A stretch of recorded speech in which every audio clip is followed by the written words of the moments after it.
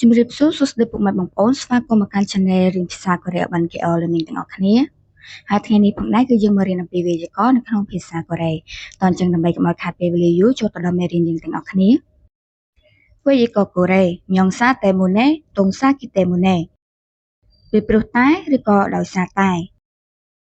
ញ៉ុងសាតែមូណេតុងសាគីតែមូណេជាទម្រង់ប្រើដើម្បីបញ្ជាក់ពីហេតុផលឬពីពណ៌នាអំពីហេតុផលដែលប្រយោគទី1គឺជាហេតុផលហើយប្រយោគទី2គឺជាលទ្ធផលគេប្រើទម្រង់តែមូណេនៅពេលគេចង់បញ្ជាក់អំពីហេតុផលច្បាស់លាស់គេច្រើនប្រើទម្រង់តែមូណេនៅក្នុងភាសាសរសេរបើប្រៀបទៅនឹងទម្រង់ហេតុផលអាអសនិងអ៊ឺនីការបៀបប្រើ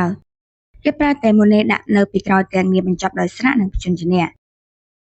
គេប្រើគីតែមូណេដាក់នៅពីក្រោយកិរិយាសព្ទនិងគុណនាមទាំងបញ្ចប់ដោយស្រៈនិងព្យញ្ជនៈករណីប្រើជាមួយកិរិយាសព្ទនៅក្នុងអតីតកាលយើងដាក់ទម្រង់អតីតកាលអត់នៅមុខកិរិយាសព្ទឧទាហរណ៍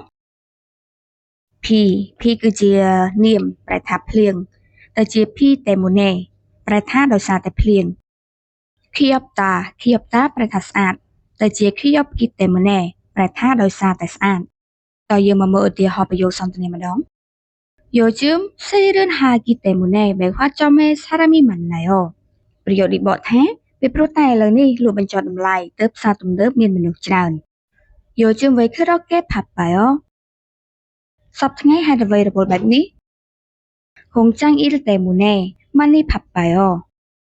ដោយសារតែការងាររោងចក្រខ្ញុំរវល់ខ្លាំងណាស់ចំណាំគីតែមូណេយើងមិនអាចប្រើក្នុងទម្រង់ប្រយោគទទួលនិងទម្រង់សំណើបានទេឧទាហរណ៍날씨가 춥기 때문에 따뜻한 옷을 입으세요. ទម្រង់បែបនេះគឺខុសទម្រង់ដែលត្រូវគឺ날씨가 추우니까 따뜻한 옷을 입으세요. ដែលប្រយោគនេះបកថាអាកាសធាតុត្រជាក់ដូច្នេះហើយសូមស្លៀកខោអាវឲ្យបានកក់ក្ដៅចាំមេរៀនយើងថ្ងៃនេះគឺមានតែប៉ុណ្្នេះទេហើយអរគុណពុកម៉ែបងប្អូនច្រើនដែលតាមដានទស្សនាវីដេអូនេះប្រសិនបើពុកម៉ែបងប្អូនចូលចិត្តសូមកុំភ្លេចជួយចុច Subscribe និងដាក់សញ្ញាកណ្ដឹងដើម្បីទទួលបានមេរៀនថ្មីៗនៅវីដេអូបន្តទៀត